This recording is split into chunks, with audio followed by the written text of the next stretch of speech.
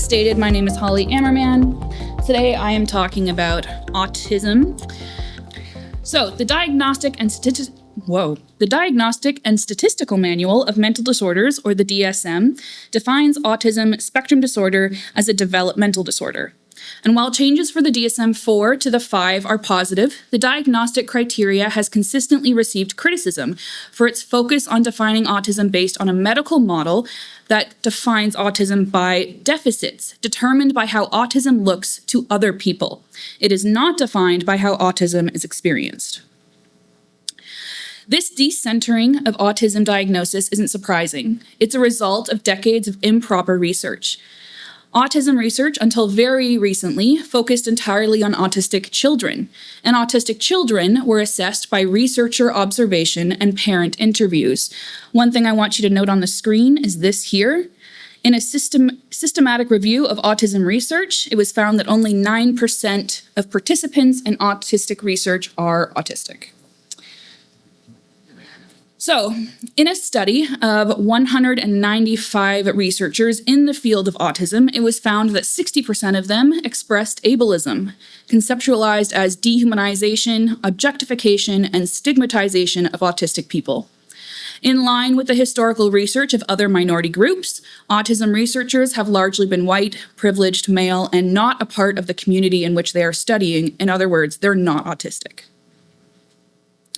Now, one major misconception that has resulted is the language of high and low functioning autism. This relates to whether an autistic person appears to need a little or a lot of support. There are several problems with these descriptors, such as being based on how an autism seems to be functioning from a non-autistic perspective, and because it's based on a narrow definition of functioning. This language also ignores the fact that lots of autistics mask their autistic traits in order to avoid judgment. Essentially, they alter their personality to avoid being treated worse. Masking is considerably more common in females, and what we've seen is that autistic males are typically diagnosed by the age of 5 or 6, whereas autistic females are diagnosed in adulthood, typically when their executive dysfunction builds to burnout. Case in point, Holly Ammerman. So throughout the last 80 years, we have seen several theories trying to explain autism, and they've been problematic. Researchers blamed autism on bad mothers, claiming that a mother's education, participation in work, and perceived warmth were factors in causing autism, and this has been debunked. Rimland followed with his theories of autism being caused by external toxins. None of his theories were based on strong supporting evidence and are now also considered debunked. However, the most prevailing false claim is that vaccines cause autism, and a study in 2019 found from Google searches this is still widely considered true. Now, as science developed, biomarker research began in order to be able to detect autism in a person's biological makeup. Research in biomarkers hasn't been very successful. It's had inconsistent results. But autistics have expressed concern about the eugenic implications of autistic detection in early life, since the described goal of biomarker research is to cure and prevent autism. And since autism is not separate from being the autistic person, in other words, they're saying they want to ensure autistics aren't born. Now, the foundational issue at the heart of this problematic research is the underlying assumption that autism is defined by a deficit, a lacking, a worse version of a normal person. And when you combine that foundational assumption with a lack of autistics in their own research, you end up with some incredibly insulting academia. And I want to start with this. This was an opinion piece published September 13th of this year. This gentleman says that children with autism spectrum disorder don't make enough eye contact, to which I say, according to whom? He also says that autistics not only don't have the skills to make friends, but they don't even have the desire to do so, which in my opinion sounds like what someone would say if they've never actually spoken to an autistic person. So unsurprisingly, when supposed experts talk about autistics in such a way, stereotypes are fostered and stigmatization goes beyond the lab and enters social discourse. And what we have seen is widespread prejudice towards autistics. Researchers investigated how autistic children and adults are perceived by non-autistic people. And within 10 seconds, non-autistic people perceived autistics negatively without knowing they were autistic. This was even more evident when it came to first impressions of children, likely because children haven't learned to mask yet, which I'll mention later. A different study looked into the ethics of autistic children compared to non-autistic children because it was theorized that the communication differences was based on a lack of autistic empathy. So initially, results indicated that autistic children are harsher. However, when researchers compared the type of transgressions that autistic children included at a higher rate, these transgressions were related to harmless social norm violations. Additionally, autistic children were less likely to treat others worse when a person broke that same social norm violation. So what we're seeing from this is that autistic children think that breaking social norms deserves punishment, but autistic children will not do the punishing. Why? Well, as it states on screen, autistic children are more prone to make harmless social norm violations, and they may experience correction or punishment. Therefore, autistic children assume that other children who behave like them should be punished for that same behavior. And I'm sure you can imagine the internalized anxiety and self-doubt that causes. Then we add in 2 extra factors. On a high from the promises of health and prosperity gospel and still afraid of vaccines, autism entered the Christian chat as an epidemic, with growing religious concern that autistics were possessed by demons, leading to dangerous exorcisms and neglect as parents chose to pray instead of advocating for their child. And then, when prayer didn't work, some parents and researchers kind of followed the suit of the Pray the Gay Away crowd, and they turned to applied behavioral analysis, otherwise known as conversion therapy.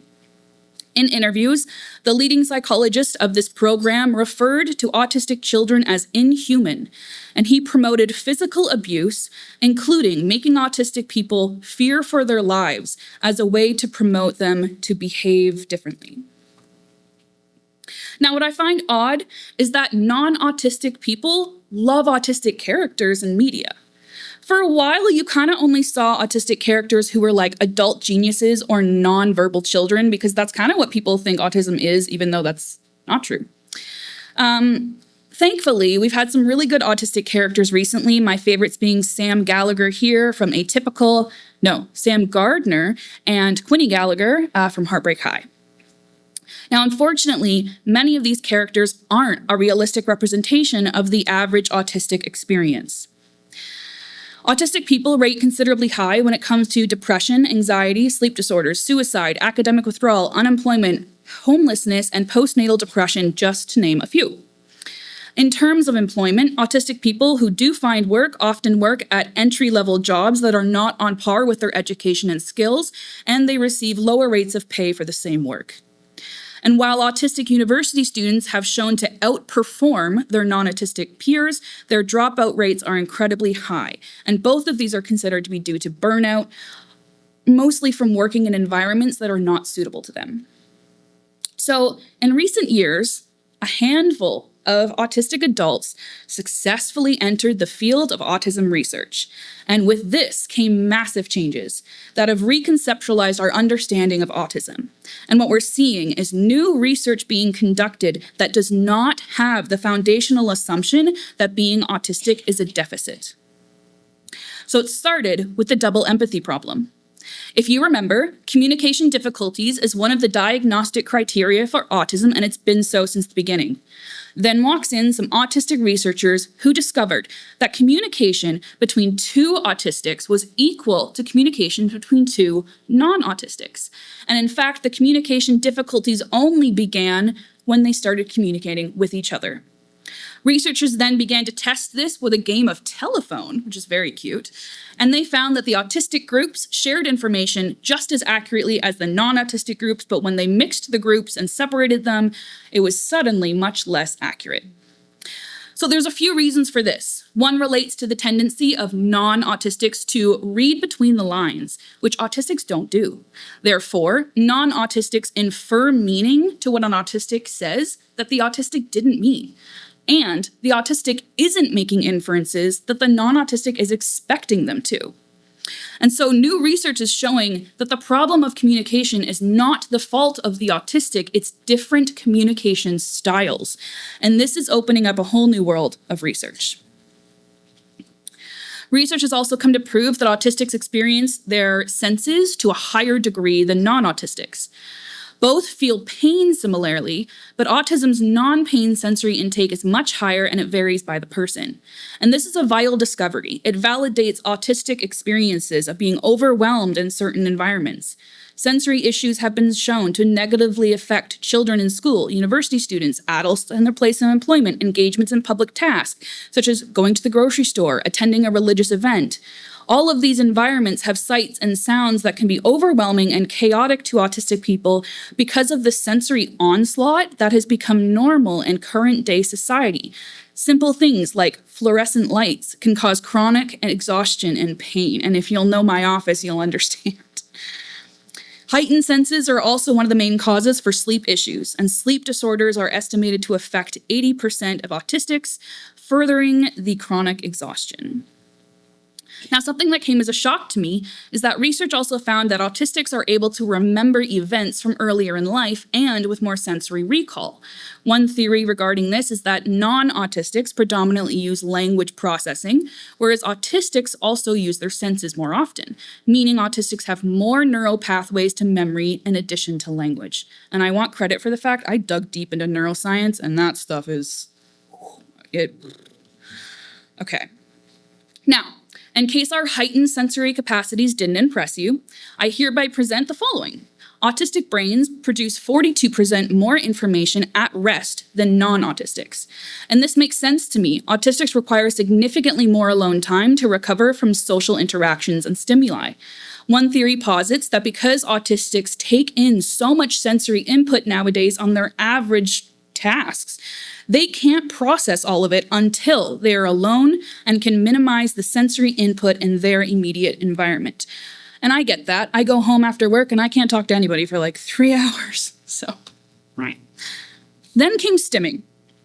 So stimming is a repetitive movement, and it's within the diagnostic criteria.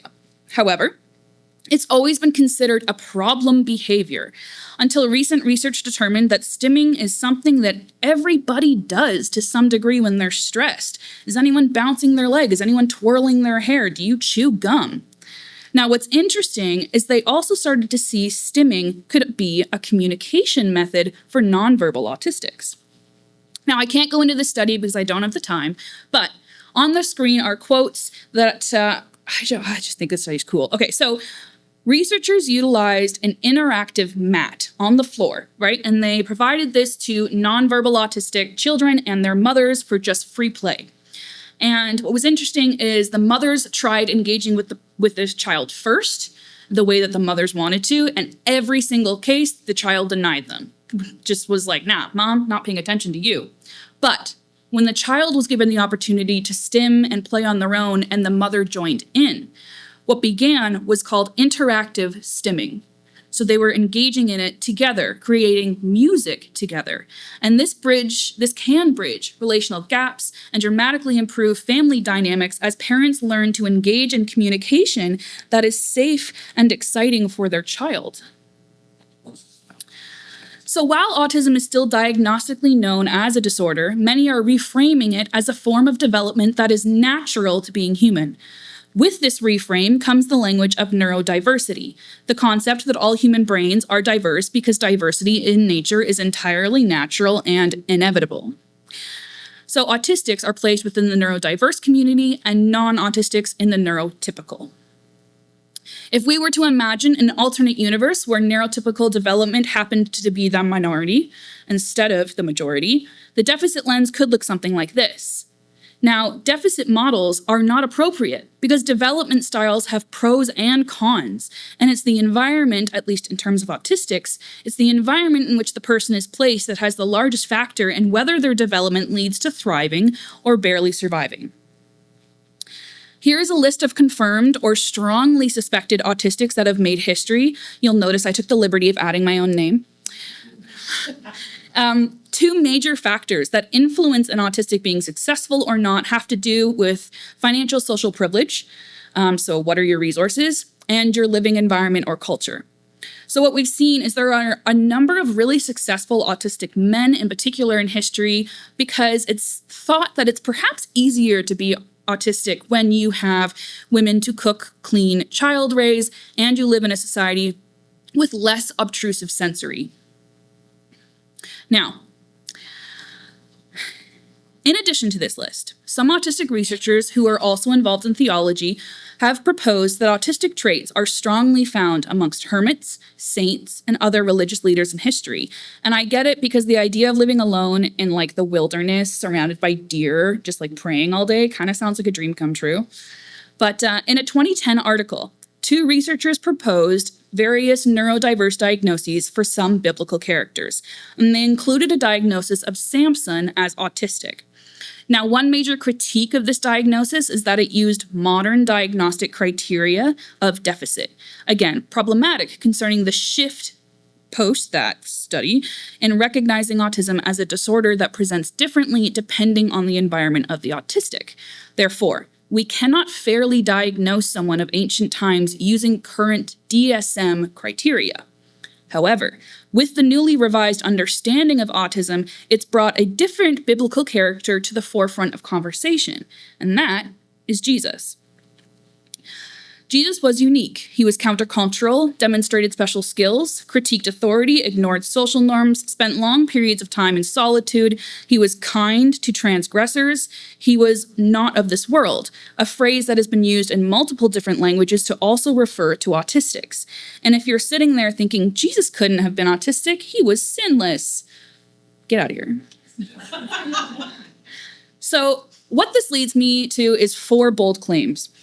First, our Creator intentionally designed humans to be neurologically diverse, and I believe it is only together that we truly reflect God's image. 2, neurotypical normativity is an ableist zeitgeist that has distorted our views of goodness. I think non-autistic people need to recognize that they are not the universal standard for a healthy and flourishing person. 3, Jesus of Nazareth could have been and likely was autistic, but we can't know either way. In the end, Jesus was, as we say, the Son of Man, and that man includes autistics. 4th, autism is a unique gift that provides communities with the tools to question current practices, enact change as part of the natural evolution of humanity. Our world is incredibly broken, and that brokenness starts with how we treat each other. And it's my belief that Christian communities should be at the forefront of reevaluating what it looks like to be good, what it looks like to be normal, what it looks like to be like Christ. And perhaps someday there will be a generation of autistics that aren't entirely defined by complex trauma. And I can only imagine how much better that world might look. Thank you.